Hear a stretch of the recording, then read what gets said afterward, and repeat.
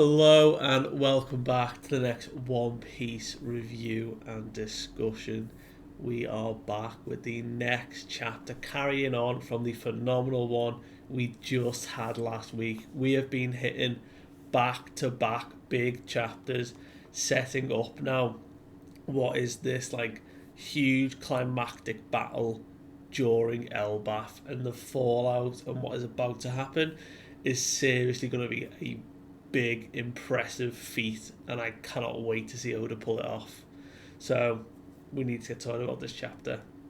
Without further ado, chapter 1151. I get it now. Nice and simple, nice and easy.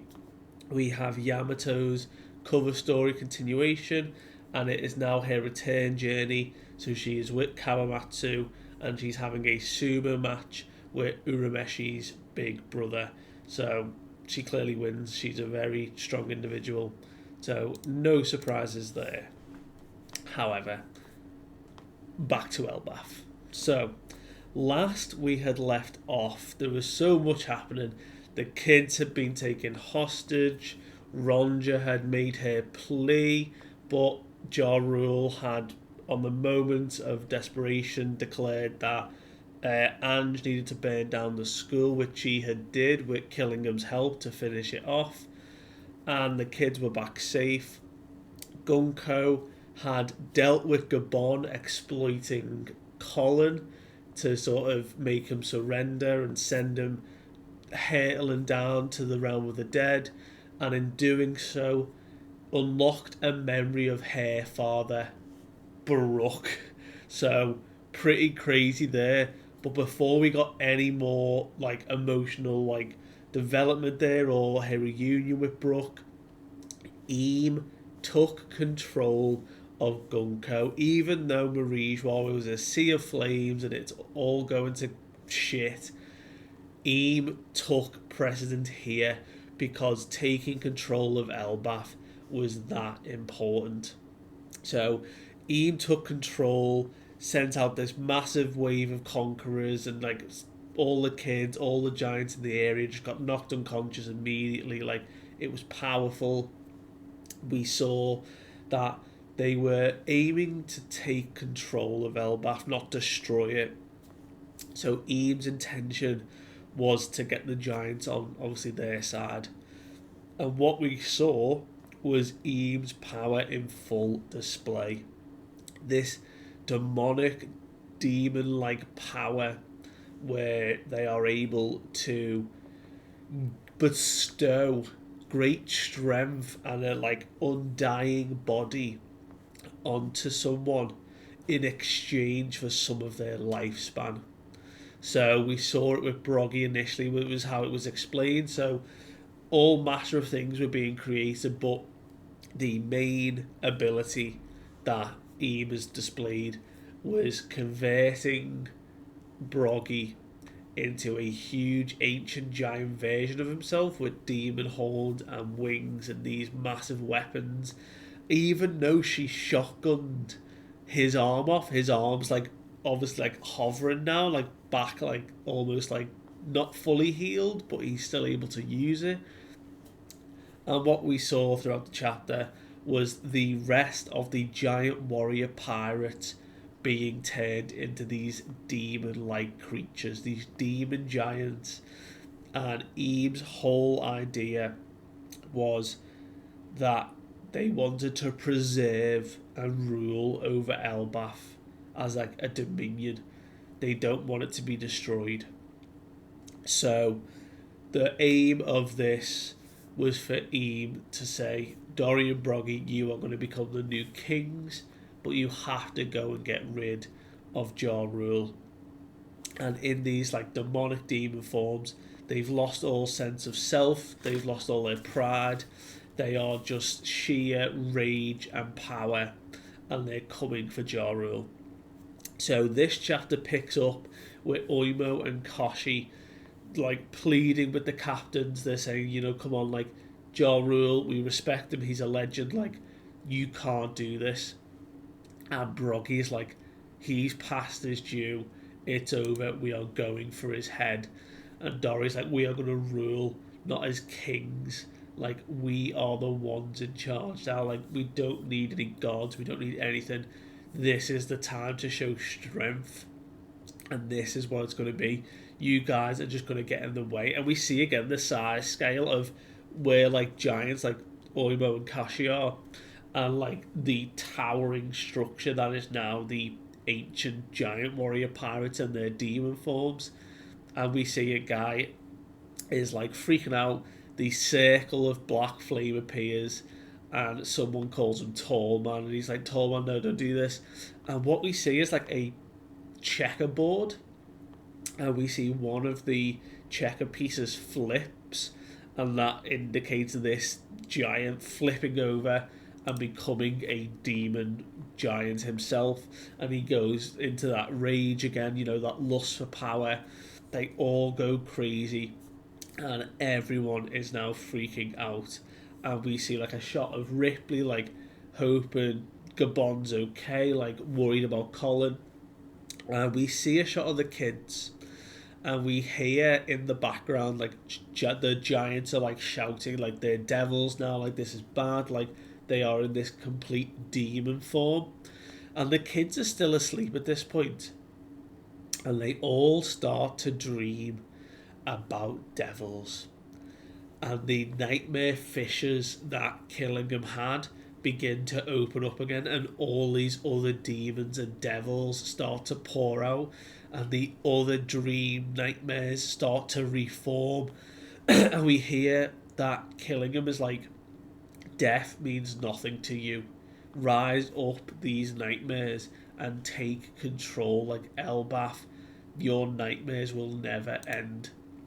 And we see in his full hybrid form Saint Killingham, and he's this like cool looking centaur. He looks pretty demonic, like how his face looks now, and he is just issuing orders saying, you know, rampage these dream demons, you know, don't hold back, you know, a certain someone has showed up, and this isn't the time now to be like sort of playing games and joking around. It is about taking control. So we jump over to most of the other Straw Hats who are still in these Gunko bindings, who are still struggling, and they're watching all this chaos unfold. And Usopp is sort of dealing with the fact that Dory and Broggy, you know, they have lost all their pride. They've become these unbearable creatures. And he's like, how can you deal with yourselves, like, in your own homeland? And we see a lot of the giants are shouting up to the children. They're like saying, you know, we're going to come and save you. But what's really interesting is the conversation that the Holy Knights are having with Eam. So, like, Summer's like, my lord, like, how far are we pushing this? Like, we already have the board in our control. Like, Killingham even says it's already covered in our colour. Like, we've won, basically, they're saying. And even though they've got all these nightmares, they've got all the giants now on their side, Eam is like, we are pressing on. We are not finishing until we shatter it. And they're like, what are we trying to break? And we see a shot of Eam saying, the spirit of Elbaf. Had Harold not blundered in the final hour, this nation would have been beneath my rightful dominion. More backstory. Definitely going to be the flashback of this arc. I don't think Oda would set all this up, especially when we go and see in a sec with Loki and Hyrule. There's no way we aren't going to see what happens with Harold's decision and how he was going to basically go under Eam's dominion and then 180'd and completely went against it. It is going to be so it actually also could be the first time we see Rocks, like his actual design. Like, this dude's name carries so much presence. We saw him in Loki's flashback briefly. Rocks could have showed up at the right time to stop Harold from doing this. We don't know, but what we do know is it's not as clean cut as Loki killed Hiruden. There's more to the story. So, a few minutes earlier, so we're actually jumping back in time slightly, and it is when Gabon is falling down to the realm of the dead.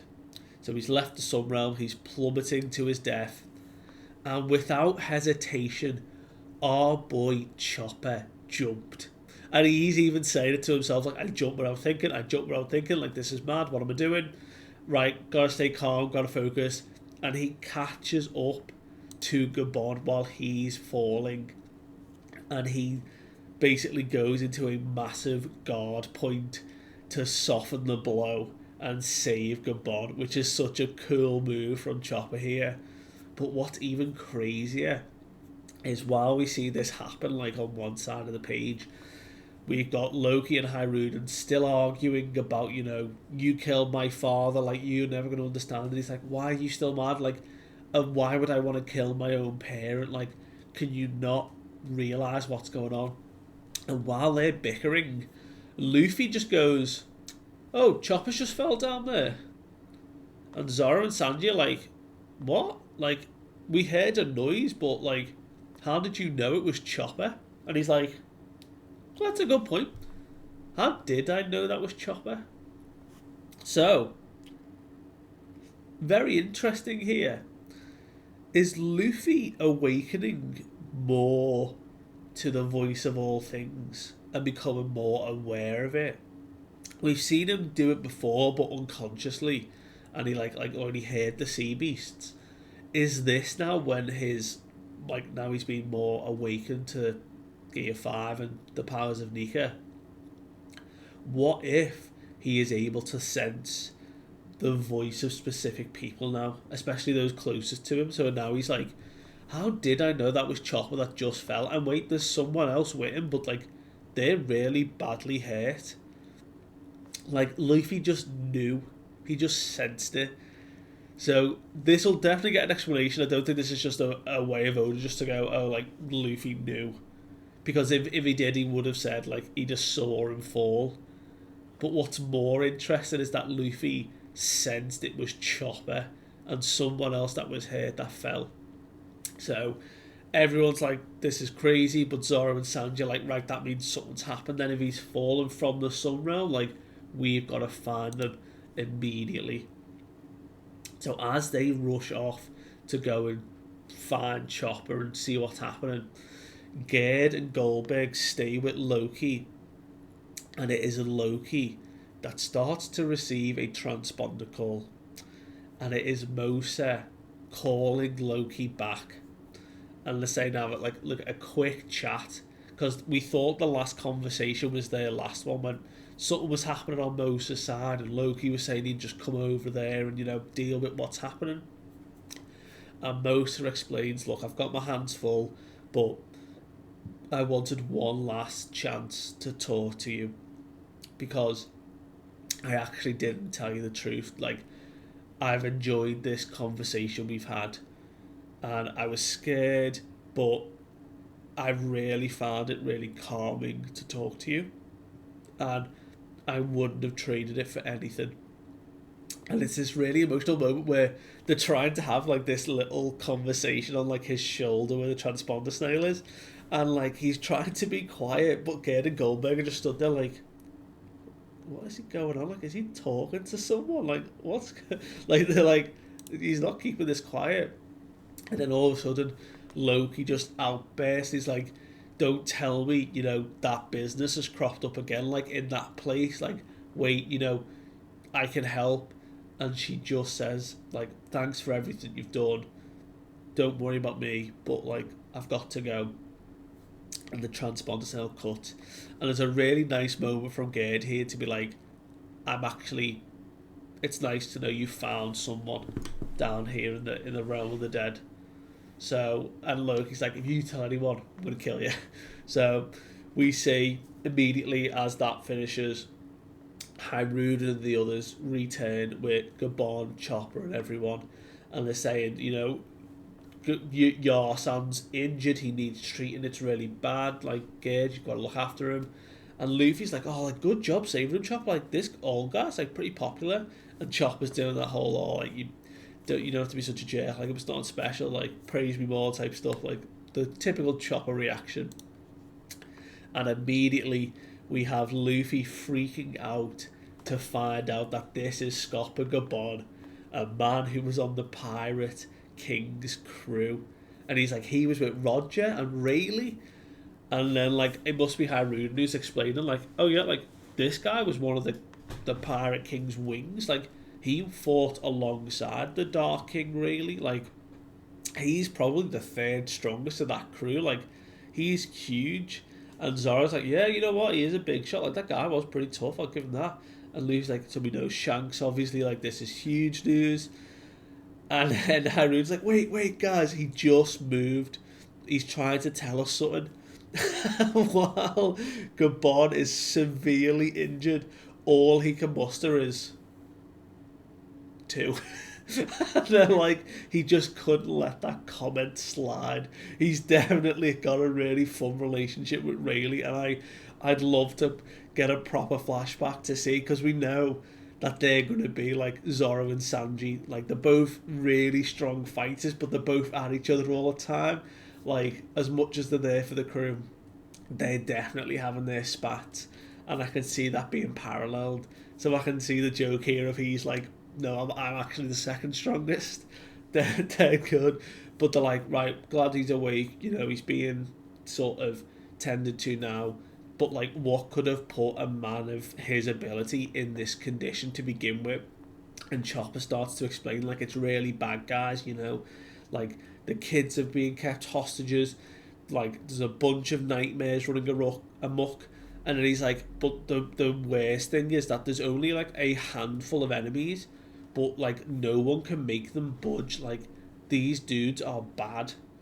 And it's in these moments that the giant conqueror's haki wave that Eam sent out, like, at the start of the chapter before, when they first, like, did the massive blast, this is that conqueror's blast, and it reaches down here to the realm of the dead, and it just wakes everyone up to, like, the situation. They're like, whoa, that haki is intense, like, what is going on up there? And Harun's like, right, that's it, we're all getting up to the Sun Realm right now, Elbaf's in danger. And Luffy's like, Chopper, I get it now. And, like, instantly, like, the switch has been flipped, and Luffy is, like, ready now. Just to finish the chapter off, like, we couldn't let it finish here. Loki's just laughing away, like, wow, that burst of Conqueror's haki was pretty intense. Maybe you guys will need my power after all. And I was like, oh, what a guy. That's how it ends, with Loki being like, well, looks like your hands are tied and you're gonna have to set me free if you want to deal with this. So that's going to be so good to see. I'm still potentially thinking that obviously they will, he'll start to help, and Eam will try and make a contract with Loki. Because imagine, we've now seen what Eam can do to a regular giant.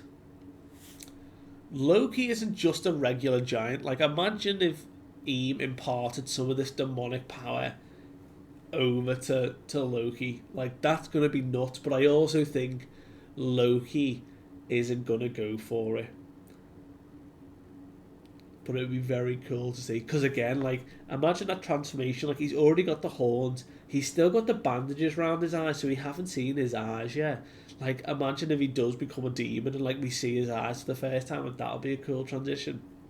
But we are in Action Station now.